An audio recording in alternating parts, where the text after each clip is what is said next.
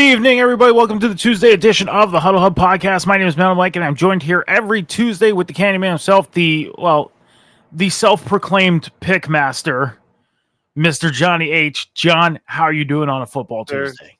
no self-proclaimed about it. No one has ever outpicked me in this competition. There's no self-proclaimed about it.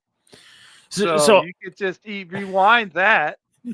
So I had made a banner which I was going to put up in, I believe it's let's see, we go over the NFL stuff, and then after that, so it would be the prelude to Seg 2, right? So I would put this banner up, but I'm just going to do it now. This is where we're sitting right now. We're tied. Yeah. 58 and 35. Tied up. Don't count your chickens before they hatch. You were very, very confident last week when you had a 1-game lead on me. And I said it. I said, you know what? I'm gonna milk it for what it is. I'm gonna enjoy it now because it may not last. It's okay. You tied things up this week. At this point last year, I was 12 games back from you. So there's something going on to where I'm able to stay in the mix here with the pick challenge. Well, yeah, I'll tell you what's going on. You're actually picking teams that win as opposed to what you were before. I'm being smarter with my picks. John, we got a lot of stuff to get through tonight. The college football top 25, big mix up with a lot of surprises and upsets last week that changed things up. We're going to go over the news coming out of college football. A lot of big news coming out on Sunday. We'll get into that stuff. All the news coming out of the NFL. We got some records and milestones that were broken this past week. But before we get into everything and get and talk to you guys about what we thought about week 6 in the NFL, I want to let everybody know to head over to all the Huddle Hub podcast social medias right now on X, TikTok, and YouTube at the Huddle Hub Pod.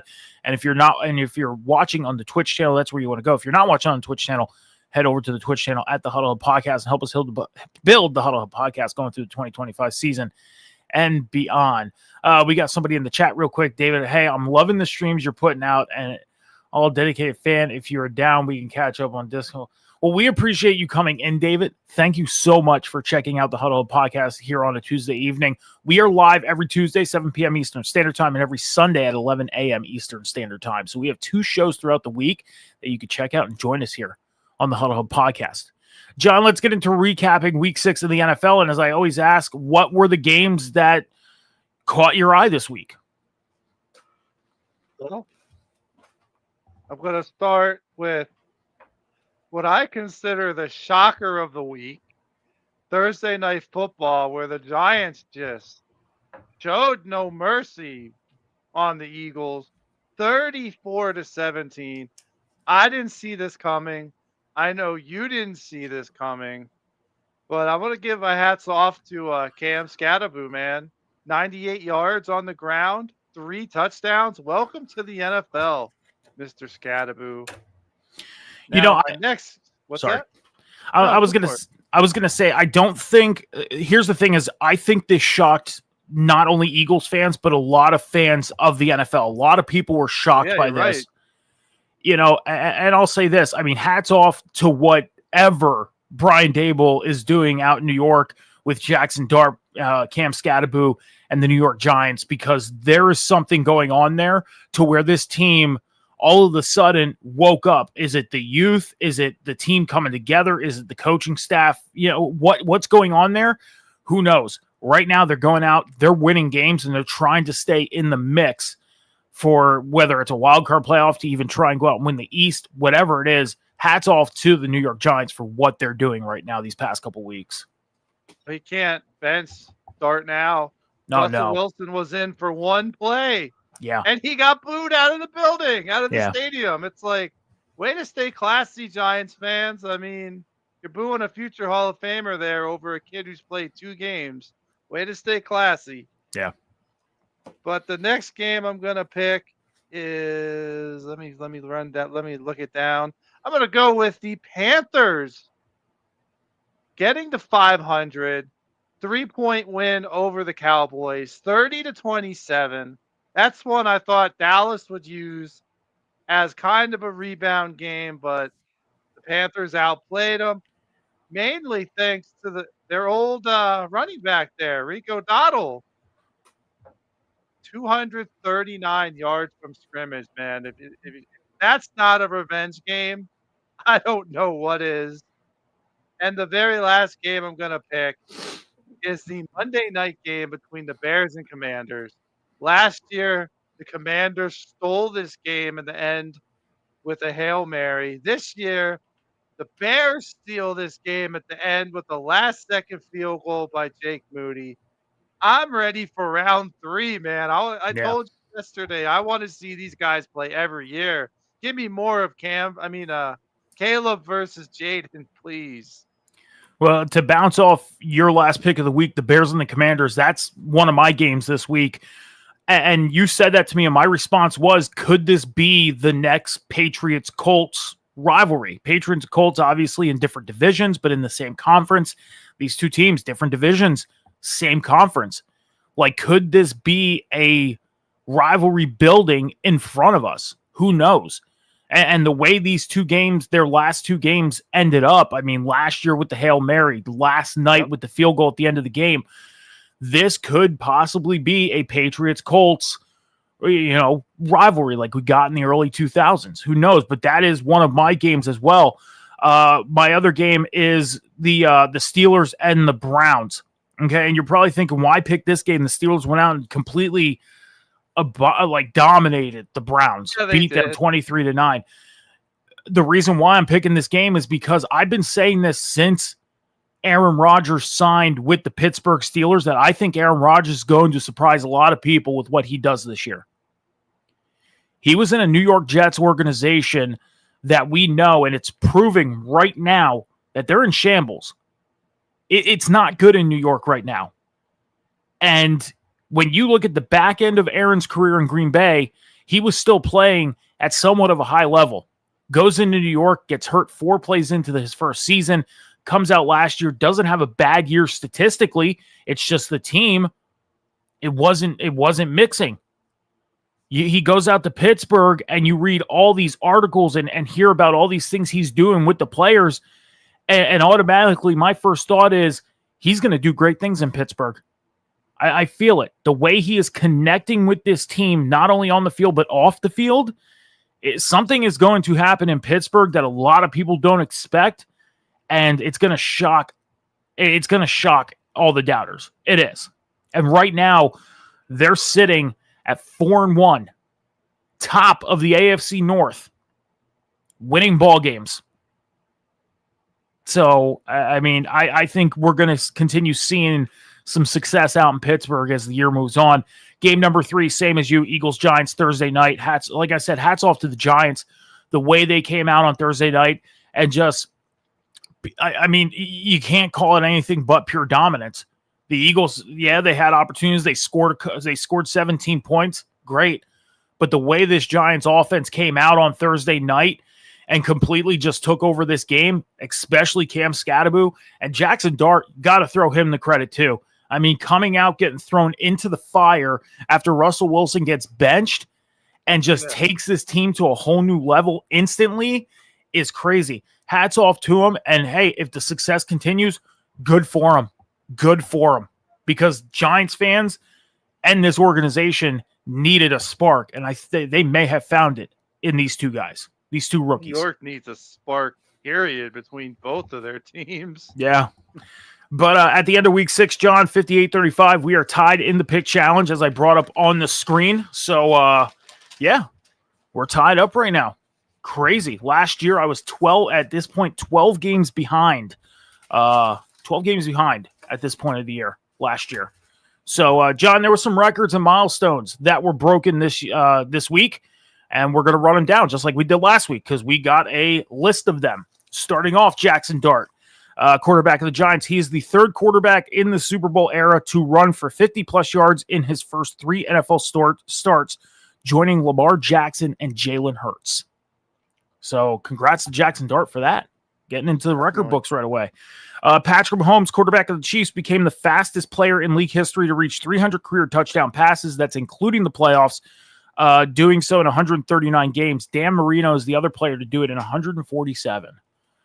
So Patrick Mahomes putting himself again in the record books. Keenan Allen, he was in the record books last week, got in them this week.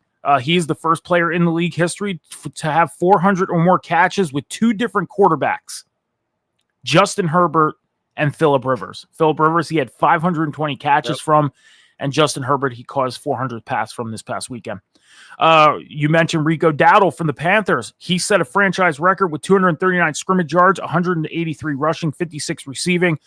Also became the first undrafted player since 1970 to record consecutive games with over 200 scrimmage yards. So 2 games in a row for Rico Dowdle, 200 yards plus. Drake May, quarterback of the Patriots, joined Patrick Mahomes and Dan Marino to have 5 consecutive games with 200 plus passing yards, plus 100 plus pass rating under the age of 24. So Drake May having a great turnaround this year. He sure is. Max Crosby, defensive end of the Raiders, he recorded his 10th tackle for a loss, joining Jared Allen and Aaron Donald as the only player since the year 2000 have at least 10 tackles for losses in his first 7 games of the season. So Raiders not having a lot of success as far as getting wins, but Max Crosby is.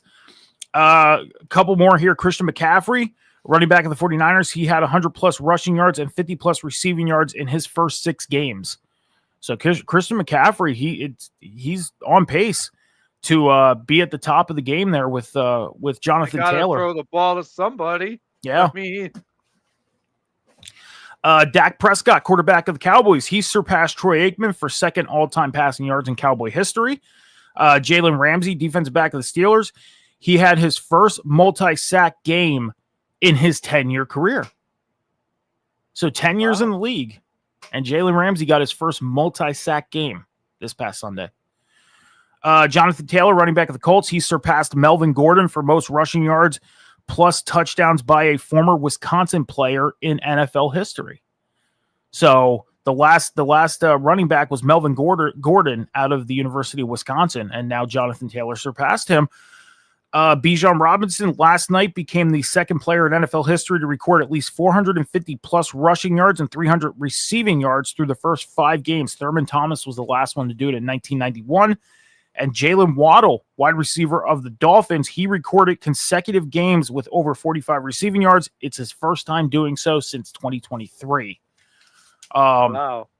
Yeah, and then we have 3 team ones real quick. The Seahawks extended their club record of road wins to 9 games. The streak is the longest active in the NFL.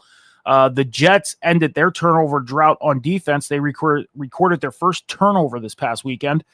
And the Broncos, they sacked Justin Fields 9 times in Sunday's win. They have 30 sacks on the season, and the Jets finished with a negative net 10 passing yards, which is the fewest allowed in team history. So the Broncos defense waking up there. But those are the milestones and records. We had a few to cover there. There is one that I put aside that's going to go along with the news. So let's get into the news of stuff going through the NFL. John, do you have anything about anything to say about any of the milestones or records real quick? No, nothing really. So I didn't know that Justin Fields got sacked 9 times, but wow. Well, I mean, crazy. When you have an offensive line that doesn't seem to know how to protect you in the pocket and forces you to run around most of the time, you know, it's rough. The Bears did import. Big Exactly. difference this year for Caleb. Exactly. Let's get into the news coming out of the NFL, John. The breaking news that came out yesterday: Brian Callahan, head coach of the Tennessee Titans, was fired on Monday afternoon after a 1-5 start. Brian Callahan not lasting very long out in Tennessee. Along with that, his son Bill Callahan, the offensive line coach, was also fired today. So your thoughts on the Callahans, father-son duo, getting fired out in Tennessee? I mean, they have 1 win, so it was going to happen eventually. You might as well try to get it done now and to show your fan base that 1 win at this point isn't acceptable. I don't know how Terry Glenn for the Jets still has a job, but they're the only team that doesn't have a win. But yeah, I mean, it's a win now league, and if you can't do it, then especially with a team like the Titans that are yearning for success, they really haven't had much success since they had Derrick Henry, and even then they struggled. I mean, 4 wins in the last 18 games. That's not good. Yeah. And I say this all the time. You hear me say it. Contracts don't matter no more. They don't. I mean, I believe Callahan had like a 3-year contract with Tennessee or a 4-year contract with Tennessee. I have to go and look at the statistics of it. But, he only lasted a couple games. Which Gotta is bring the Penn State coach in next year, the one that got fired. We'll get into that when we get into the college football news. Brian Branch, defensive back of the Lions, he is suspended for 1 game after starting a fight post the Sunday night football game against the Chiefs. Obviously showing the frustrations of what happened on Sunday, but only getting a suspension for starting a fight, do you think he should have also gotten fined? Because there was no mention of a fine. I don't even think he started it. From what I saw, he did. Juju went up to him and started giving him nonsense because he wouldn't shake Patrick Mahomes' hand. So it was Branch more so the start of the physicality. Him. Yeah. And man, he bloodied him too. It's like he got whooped. Yeah. But it was more so the physicality. That's what it was. Yeah. Oh, yeah. He slammed him good, man. Yeah. But yeah, I could see him getting fined. He should have. But it was what it was. Yeah, I didn't see any mention of a fine. I'm sure they'll probably have something along the lines in the next couple days as soon as they figure out and pay attention. I mean, the first step was seeing who started the fight. And they seen that he did the physicality side. Again, this goes back to week 1 when Dak got spitted on. Okay. Yeah, he spit to the ground. Okay. Yeah, it was in the direction of Jalen Carter, but Jalen Carter physically spit on him. And that's why Jalen Carter got his suspension and fine. So, Fred Warner, linebacker of the 49ers, he suffered a season-ending ankle injury. John, gruesome. And my question for you is what type of impact do you think this leaves on that 49ers defense? He's the leader of the defense. I mean, they already have Bosa out, and now they have Fred Warner out. These young kids are going to have to start stepping up. So, and I don't see they won't. Robert Saleh is a brilliant defensive coordinator, so I have no worries about the defense at all. My worries is about the offense because Mac Jones finally came down to earth. 3 interceptions against the Bucs. Like, come on. I knew they weren't going to win, but I thought he'd play better than that. I mean, the way the 49ers have been playing this year so far, it's been mostly backups, young guys going in there, and they're winning ball games. I mean, they're 4-2 right now. That's not a bad position to be in. Leading their division. You're at the top of the NFC West. Exactly. Yep. I mean, and it's super early. I mean, we're not even at the halfway point of the year yet. We're 3 weeks away from that. It's the second best division in the NFC. I mean, the North being the first. I mean, to stick around with that, George Kittle, he did return to practice today, so that looks good for the offense, heading in the right direction to getting some guys back on the field. And George Kittle is definitely a big piece of that puzzle. Well, Juwan Jennings almost played this game too, so hopefully he can come back next game, and it'll take a lot of pressure off of Christian McCaffrey catching the ball. He just has to worry about the ground games, hopefully coming up soon. Well, you mentioned Juwan Jennings. He told reporters in the post-game interview that he's been playing with 5 broken ribs the past couple weeks. Jeez. Yeah. So, I mean, going out and playing with 5 broken ribs, that takes you back to the early days of football, like the 90s when, guys were playing hurt. I'm watching a documentary right now on Netflix, and it's the Cowboys documentary, and didn't know this up until seeing that documentary that in the it was, I think, the 93 NFC title game, Troy Aikman suffered a concussion and played through that whole game and doesn't remember it. So guys played hurt. Emmitt Smith separated his shoulder in a game and played through it. This Juwan Jennings is basically saying, hey, I got 5 broken ribs. We need to win ball games. Simple as that. Yeah. You need me on the field. So Puka Nacua, he's going to miss several weeks with his ankle sprain. This is a big hit on that Rams offense. Do you think? But they also have Tutu Atwell. They have Devontae Adams. Connor Williams. Up until this week, I don't know if he still is because I didn't look. Matthew Stafford was leading the lead in passing yards, and he still is. Yeah. He still is with Dak at second. But I think this offense, it's a big piece of the puzzle, but I don't think it's like a crippling piece of the puzzle for the offense. I think as long as they keep rolling and Stafford doesn't turn the ball over, then he'll be fine. Yeah, and Matthew Stafford, like you said, top of the league right now in passing.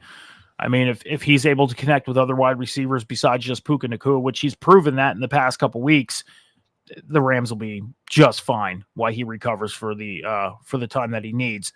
Zadarius Smith, defensive end of the Eagles, he announced his retirement yesterday after 11 seasons.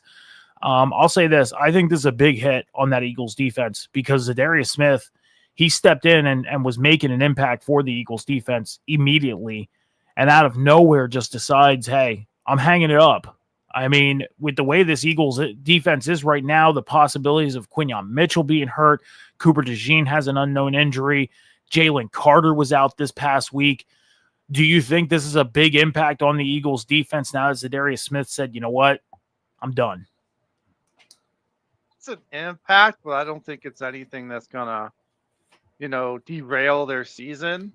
So I think maybe the next game they might hurt them a bit, but I think they'll recover just fine. Okay.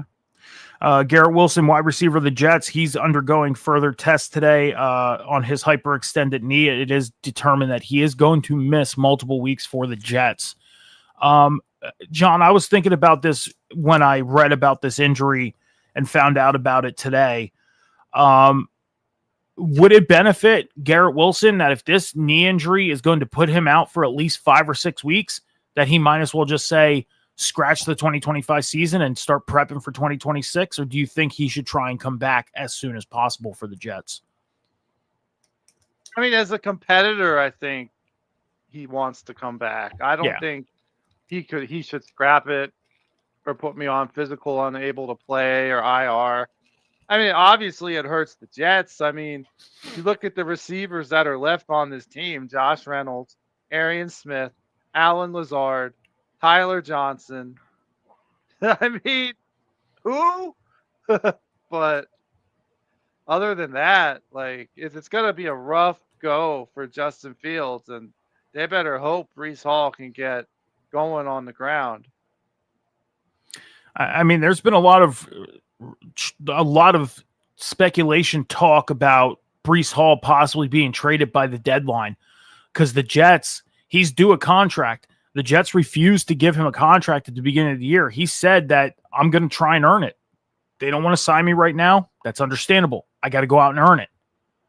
So, but the way this Jets team is right now, me personally looking at it, it's an open field as far as who's going to be their running back in 2026. I would not sit here and say that it's guaranteed that Breece Hall is going to be the guy because this team, I think they're kind of in rebuild mode right now with the way they're playing. They've been in rebuild mode for the past couple years. And to be honest with you, I say trade them. Trade them, get whatever assets you can, draft picks. Yeah.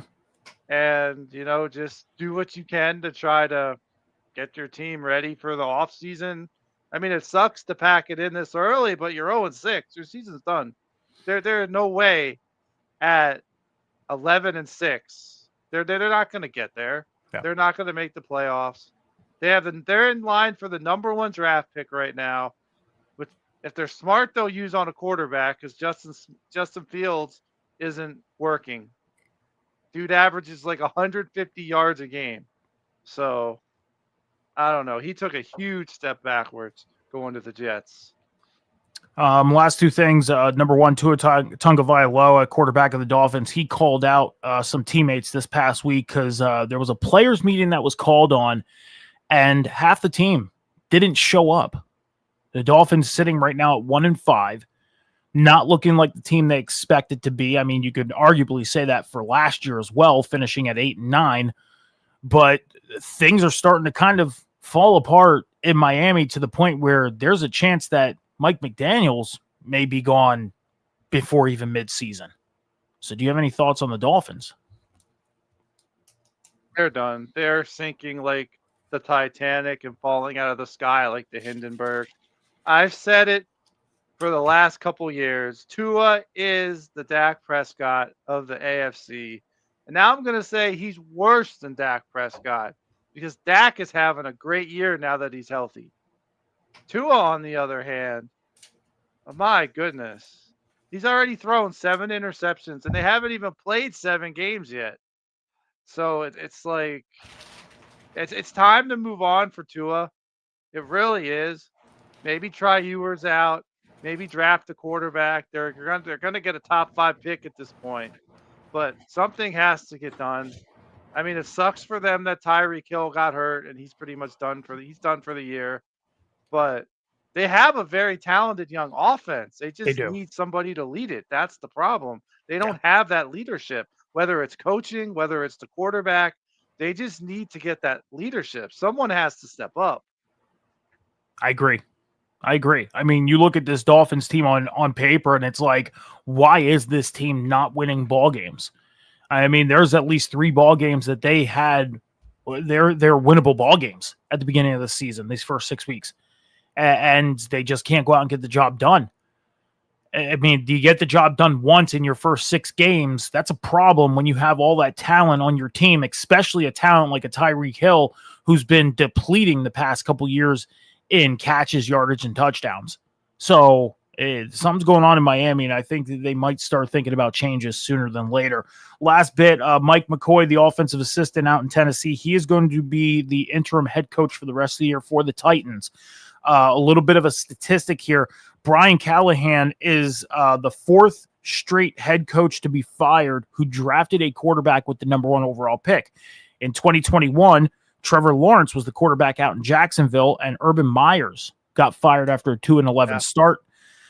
Bryce Young in 2023, Frank Reich got fired after a 1-10 start.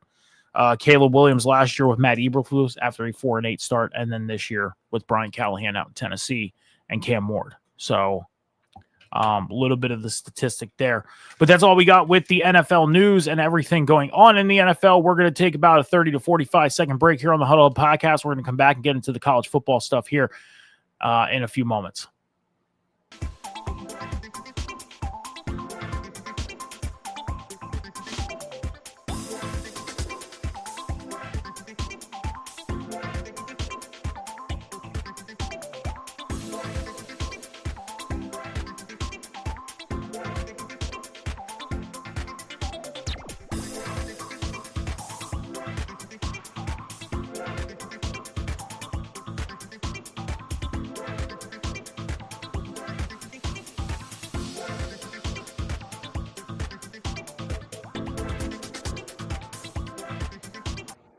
All right, so make sure you're heading over to the Huddle Hub Podcast social medias after the show tonight and making sure you're hitting that follow button over on the YouTube channel. You hit subscribe. That's how you follow on the YouTube channel.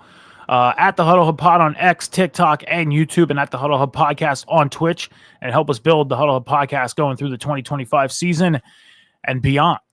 So, John, let's get into the real quick, a little bit of things here real quick in college football. First off, the big news, James Franklin, head coach of Penn State, was fired on Sunday afternoon after 11 seasons and 6 games into his 12th season. James Franklin, he went 104-45 overall in Penn State. He is the second winningest coach in school history. He was 4-21 against top 10 teams, two New Year's 6 bowl games. He went 8-6. All time in bowl games, but he was 6-5 out in Penn State, and he won the Big Ten title back in 2016. Terry Smith is going to be the interim head coach. Terry Smith, he was hired in 2014 as the defensive recruiting coordinator and cornerback coach for Penn State. and in 2016 became the assistant head coach and was still the cornerback coach for Penn State. So, John, some changes happening in Penn State right now. James Franklin out. Terry Smith is the interim. But not even 2 hours after James Franklin got fired, a lot of the speculation started coming in. Who's going to be the next guy? Matt Rule is in the talks. The head coach out in Notre Dame was in the talks. I mean, a lot of coaches are in that circulation of talks right now. But, John, your thoughts on James Franklin being out in Penn State, and if you have any coaches that you've been thinking of the past couple of days who could take over, who would it be?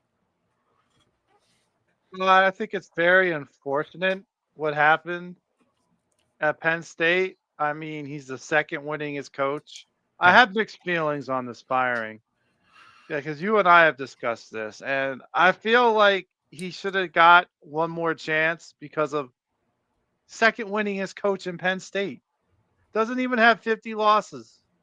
And it's like, for as long as he's been there, I feel like they panicked because they've lost, 3 straight now? 3 in a row. Yep.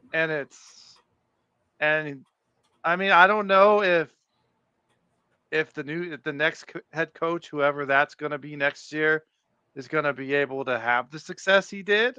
Good luck to him, but yeah. I don't know. Like, I feel like he deserves it because of how they underachieved, but at the same time, because what he's been able to do with that program since he's been there, like, I don't know, like, expectation wise, he should be gone. Yeah. I mean, heck, it lost to UCLA first, and then but other than that, it's like, I feel like Penn State fans, and I'm not saying you in general, don't appreciate really what he's done for that organization or that school. Yeah. But that's just me.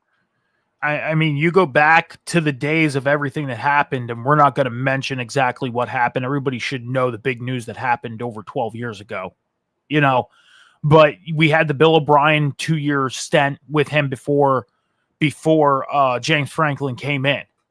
And it's like O'Brien, he came in and he kind of stabilized things, but James Franklin took things to a whole new level at that school.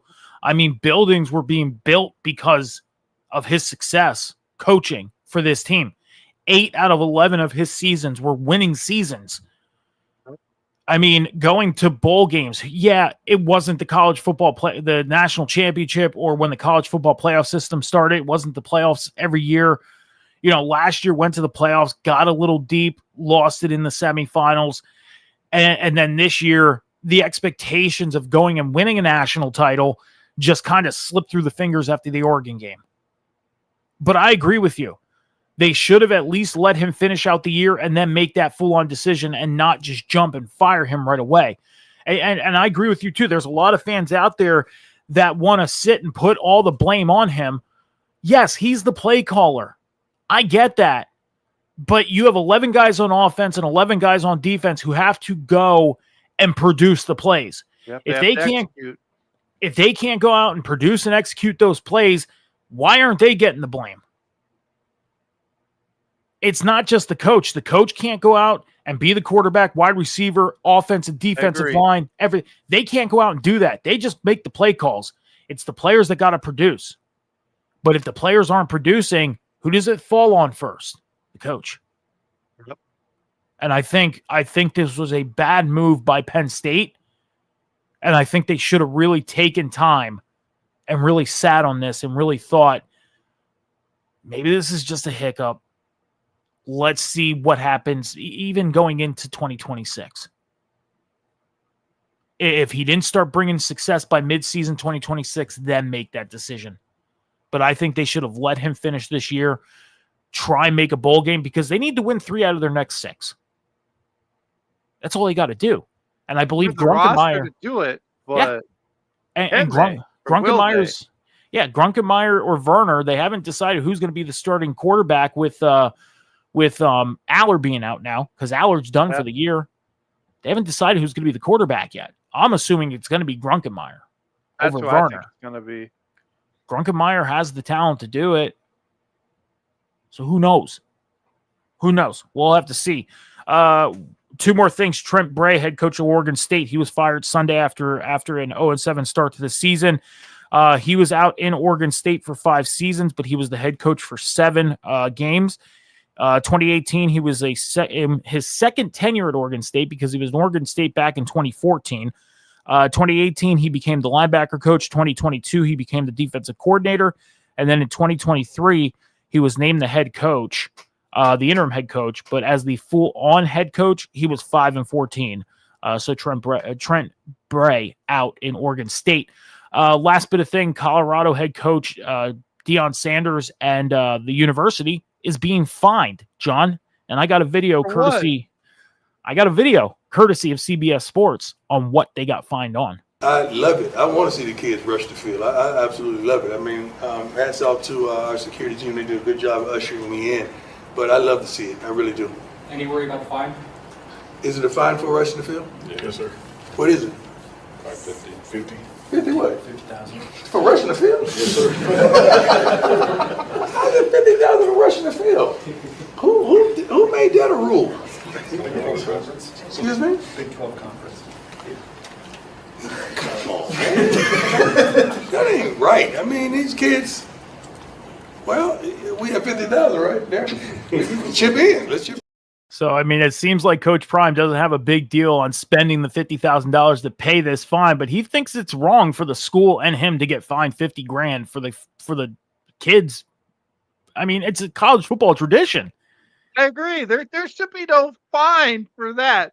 I didn't know the Big 12 set that up too, that it's a fine for that, but it's a tradition. If your team pulls up a big upset, you rush the field. Sometimes you take down the goalpost. Yeah.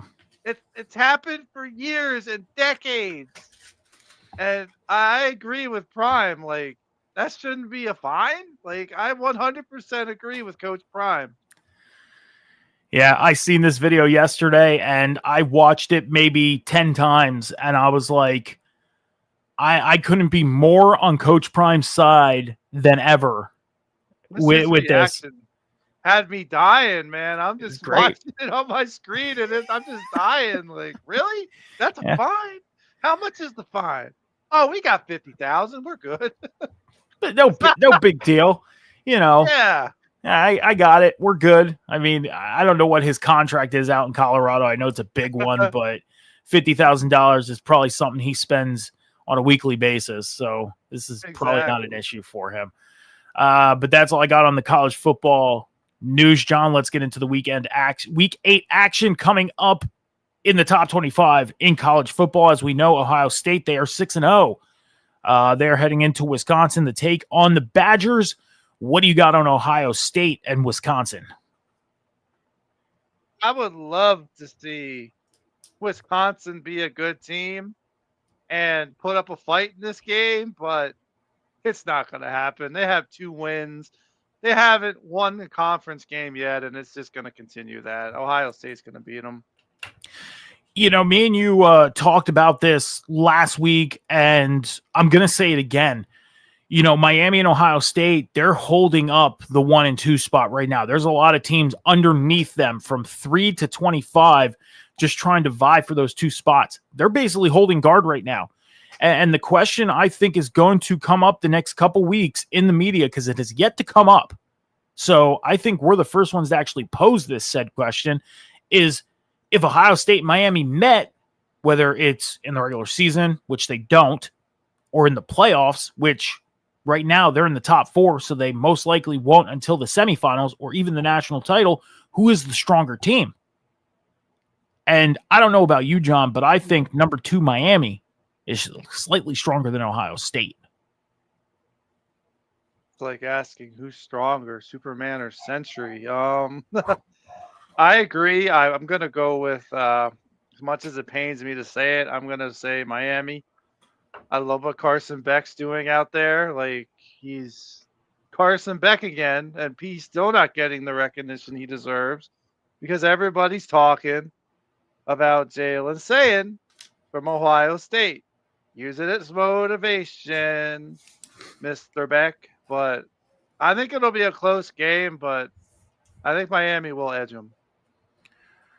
Well, it's yet to know whether they're going to play each other or not. Obviously, we'll probably have to wait till the playoffs. But speaking of number 2, Miami, they are 5-0. They haven't left the number 2 spot in a long time. They are going to be taking on Louisville. What do you got on Miami and Louisville? I love seeing Louisville at 4-1. I mean, they're showing they're a good team, but I mean, they're not on Miami's level. I'm just gonna flat out say it. Miami's gonna beat them because they're not at their level yet. I mean, like you just said, Louisville, they're a good team. They look good. They look like they're heading in the right direction. Yeah, they have one loss. Big deal. They're going to probably get a good bowl game this year. They're not up to par with Miami at the moment. Is there a chance of an upset? Who knows? There's always a chance for an upset. This is a weird football year, not only in the NFL, but in college. But I think Miami, with being as strong as they are, is going to go out and take care of Louisville with no issues.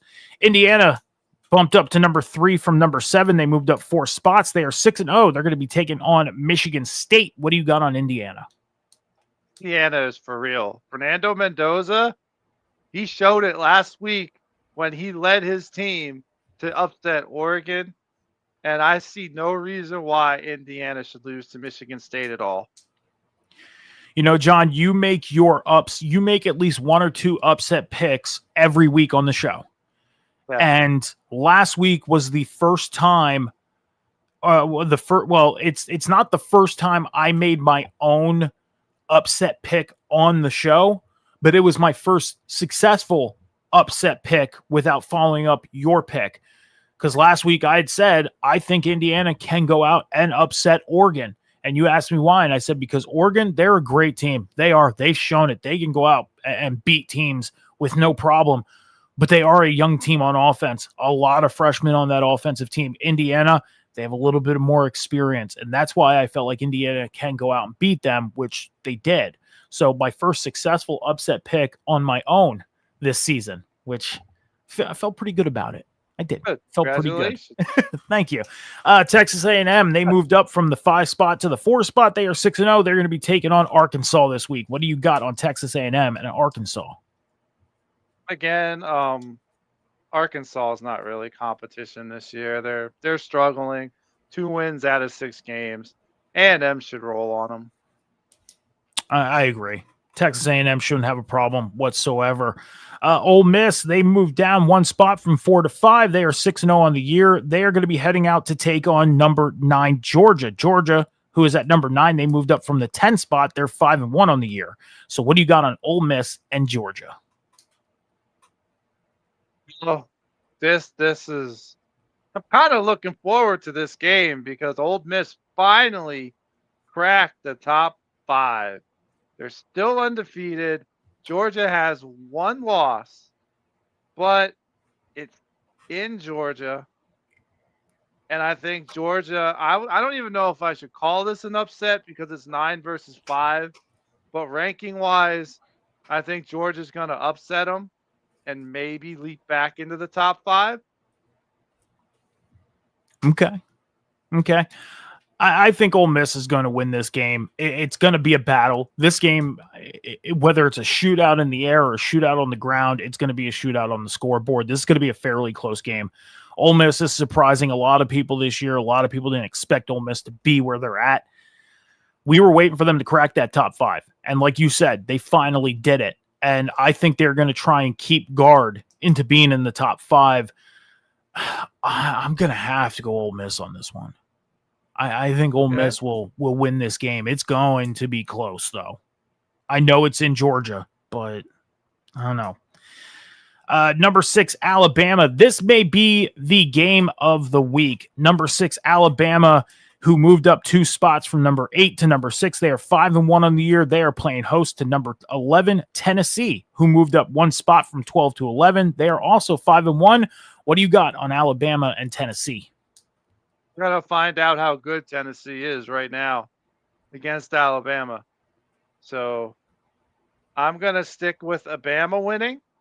I mean, they already beat Georgia this year. They already beat Vanderbilt this year. They already beat Missouri this year. They've already proven that they can take down some of the top dogs in the SEC. And I have no reason to believe why Alabama can't beat Tennessee either. I've been very high on Tennessee, not only this season. I was high on them last year. Obviously, last year they had a bit of a downfall towards the back end of the year. I agree with you. I think this is going to be a huge test for Tennessee because Alabama has been hot as of late. Yeah, Tennessee had that little hiccup against Georgia a couple weeks ago. They got their first loss there. Alabama hasn't seen a loss since week 1 against Florida State. They've been going out and I'm going to say this, defensively dominating teams because their offense, it's not bad, but their defense is a powerhouse right now. That defense is insanely good. I think I'll have to agree with you. I think Alabama might walk out of this one. I do. As high as I am on Tennessee, I think Alabama's might walk out on this one with the win. Texas Tech, they moved up from 9 to 7. They're 6-0. They're going to be heading out to Arizona State to take on Arizona State. What do you got on Texas Tech and Arizona State?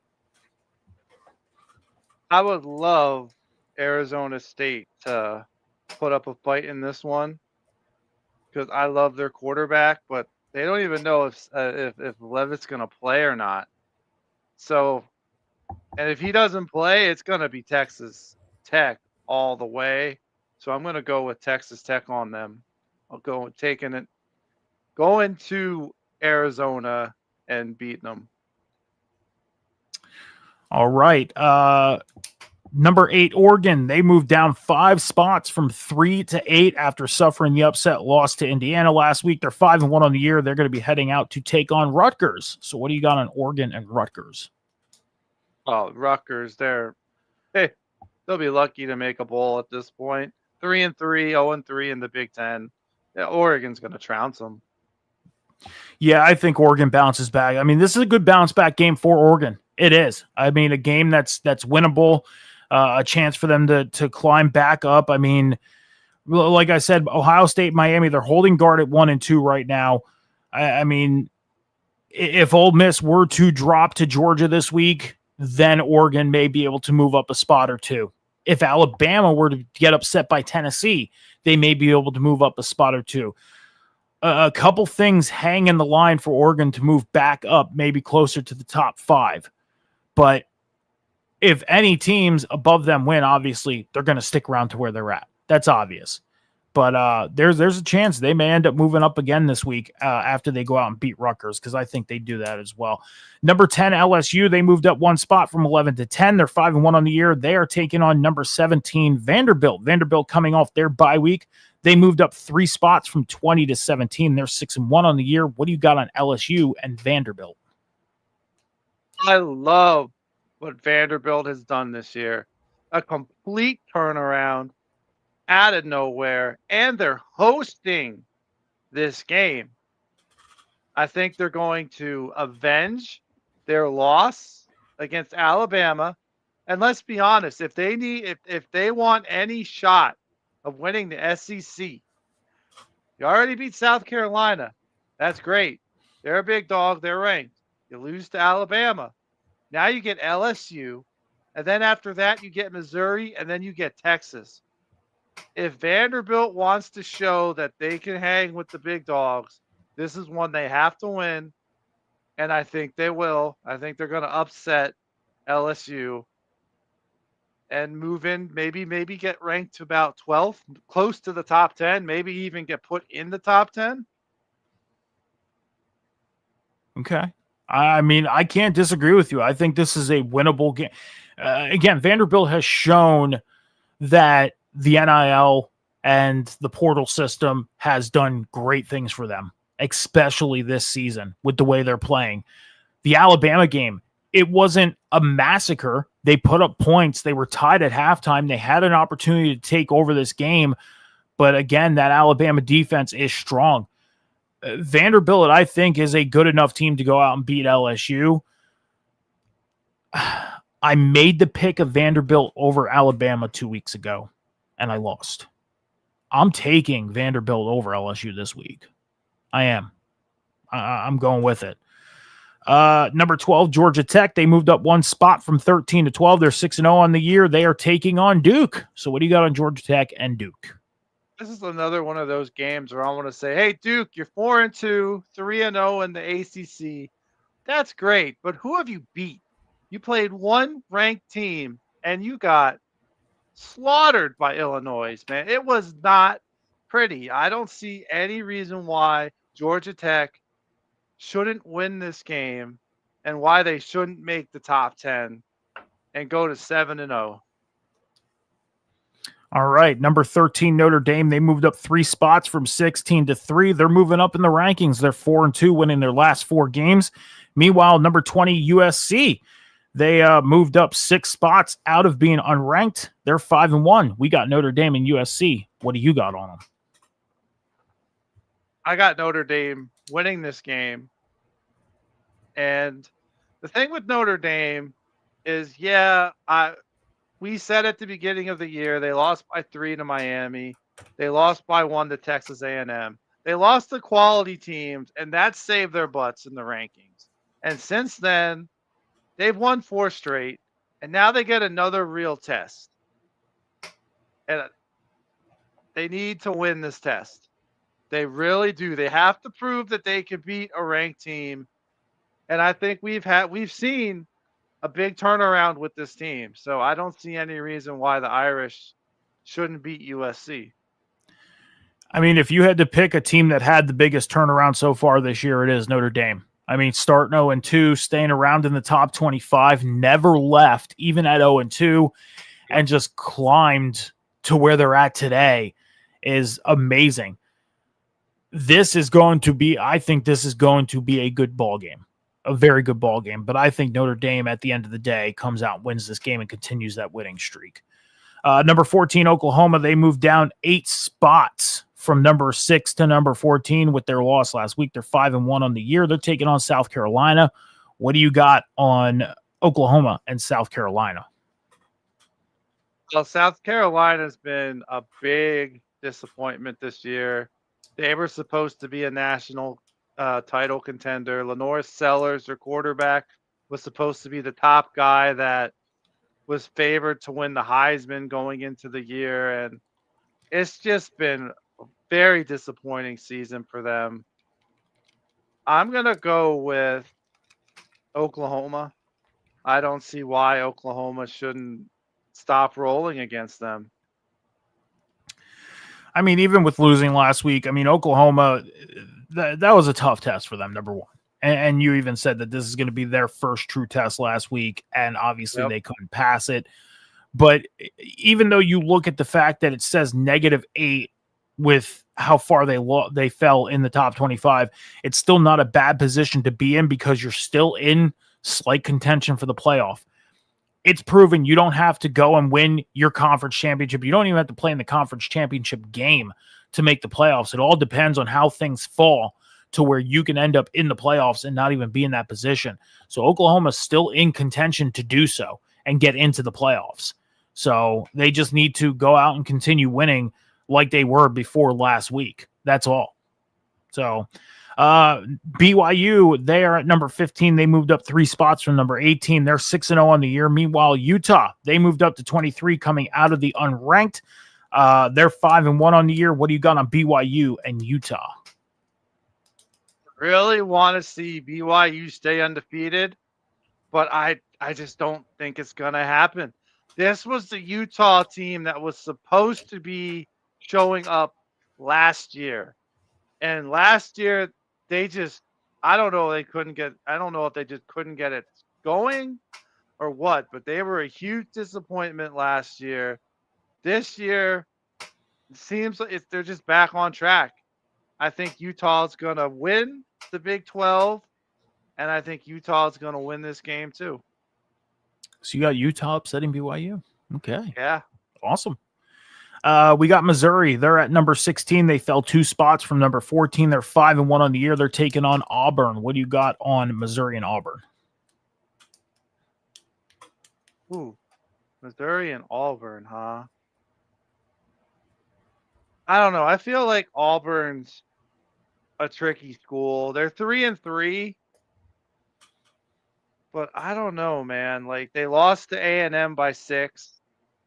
They lost to Oklahoma by 7. They don't have a bad team. They just, for whatever reason, they can't win the close ranked games. And I say this is tricky because Missouri is not usually a good school. I think it's going to be a close battle. And I kind of feel like this is going to be a good test for Missouri because the only real team they played was Alabama and they lost by 3. So I think I'm going to go with Missouri here, just slightly beating them and avenging that Bama loss last week. Okay. We got number 18, Virginia. They moved up 1 spot from 19 to 18. They're 5-1 on the year, playing against Washington State this week. What do you got on Virginia? I love seeing these schools that aren't normally ranked, like Missouri. You got Georgia Tech back. Now you have Virginia. And I don't see any reason why they're going to lose to Washington State. It's Washington State. Virginia should be able to handle this. Yeah, definitely. Well, there's another team that you're not used to seeing in the top 25, and that is number 19, South Florida.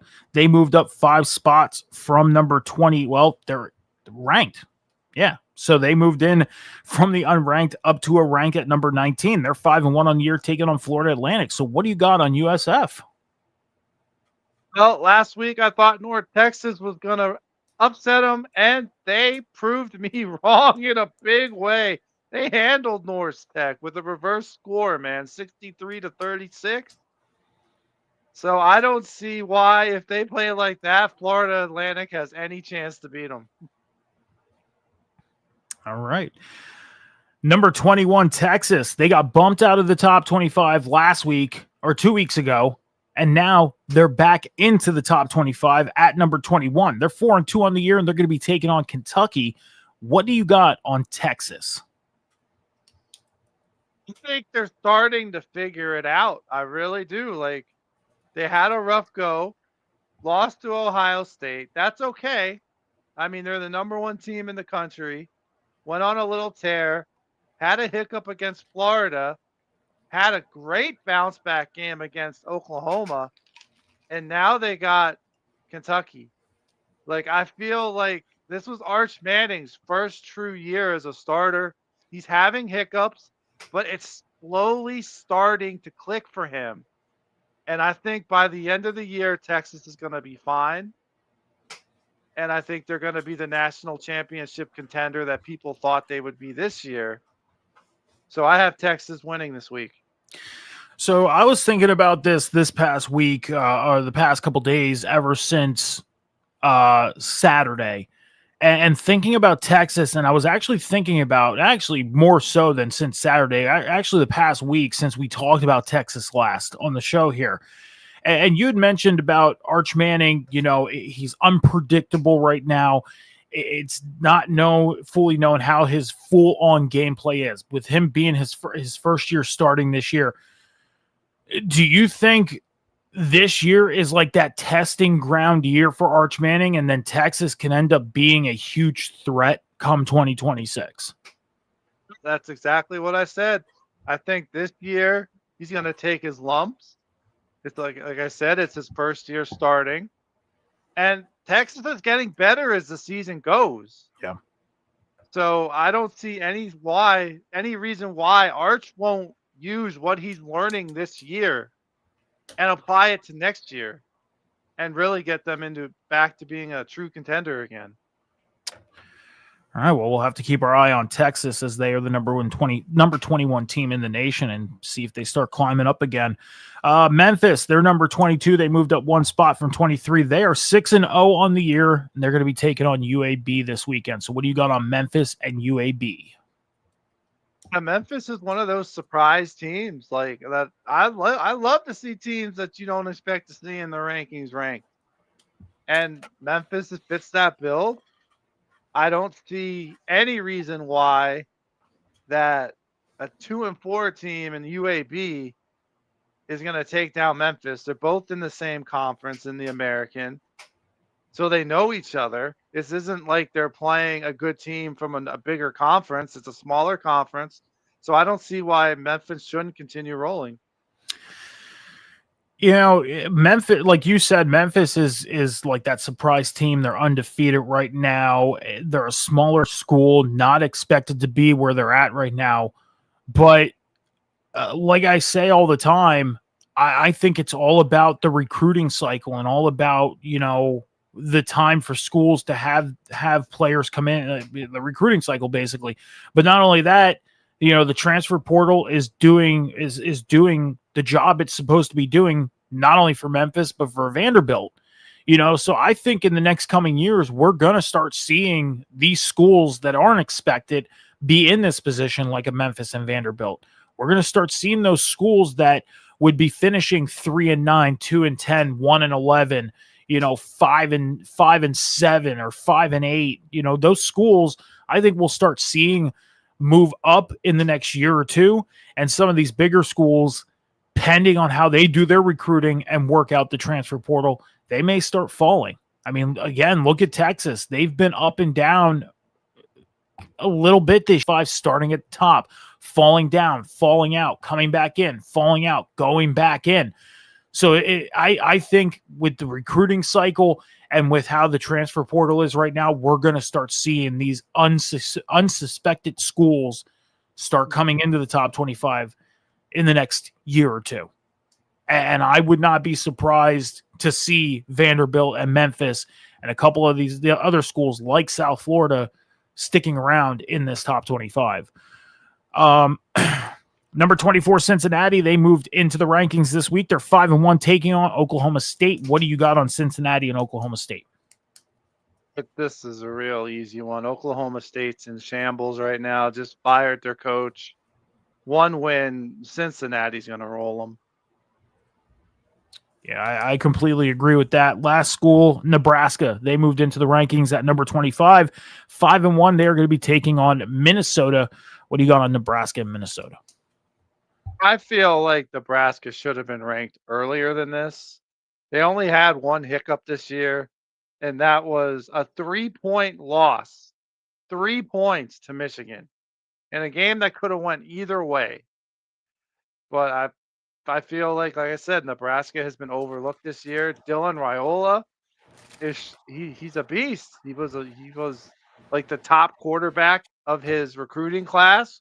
Chose Nebraska, and Nebraska's benefiting it now. Like Nebraska in the next couple years, they're going to be really good. They have been killing it with their recruiting class the last couple years.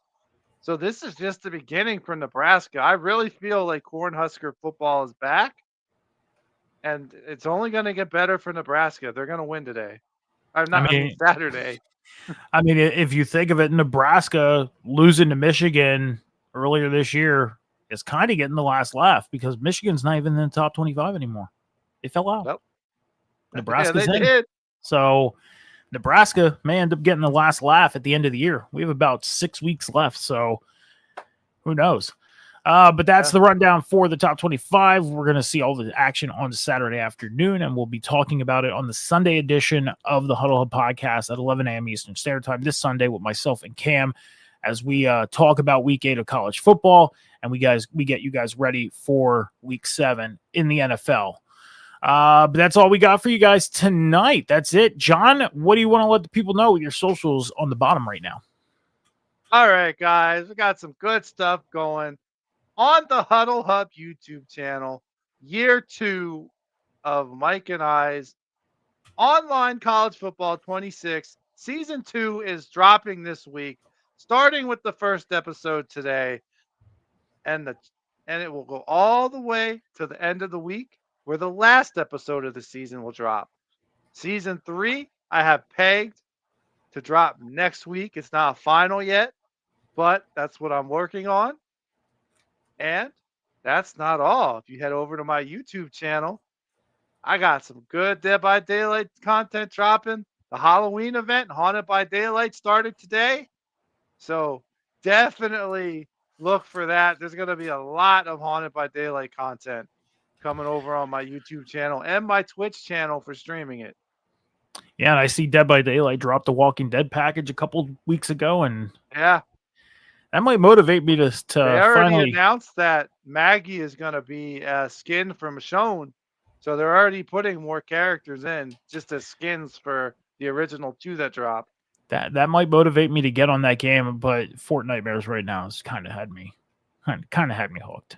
I mean, Fort Nightmares has been amazing for the past couple days since coming out. So, but make sure you're checking out everything John is doing on the socials, not only on his personals, but what he is posting over on the Huddle Hub Podcast, over at the Huddle Hub Pod on YouTube. Definitely be appreciated if you head over to both his personal and the Huddle Hub Podcast YouTube right now. Hit that subscribe button and check out all the great content that John is providing with the video games. So, and we'll be almost getting set for season 4 soon. Yeah, I'm almost finished editing season 3, what I needed to do, and then I'll see when Mike wants to start season 4 when I get it done. We'll make that decision off air after the show here tonight. Oh, definitely. Instagram, X, TikTok, Snapchat, Metal Mike 714 is where you can find me. I don't post anything really too, much on social media. I do all my content creating here on the shows, not only here on Tuesday night with John, but on Sunday morning with Cam. So make sure you're heading over to my social medias if you want to follow me, reach out to me, talk to me, whatever. But head over to the Huddle Up Podcast social medias right now, over on the Twitch at the Huddle Up Podcast, on X, YouTube, and TikTok at the Huddle Up Pod. You got to hit subscribe to follow on the YouTube. You don't have to pay anything. But videos get posted on the TikTok channel along with the YouTube. X is where all the announcements for shows are made. And then we are live here on Twitch. So please help us build the Huddle Up Podcast going through the 2025 season and beyond by hitting that follow button on the socials. It would definitely be appreciated. That's it for the Tuesday edition of the Huddle Up Podcast. Appreciate everybody for checking out the show. We will be back on Sunday morning, myself and Cam, 11 a.m. Eastern Standard Time, to get you guys ready for Week 7 of the NFL. Be good to each other, be kind to each other, take care of each other, be patient with each other. Remember, the world is not moving as fast as you think. Until Sunday morning, see y'all next time. Deuces.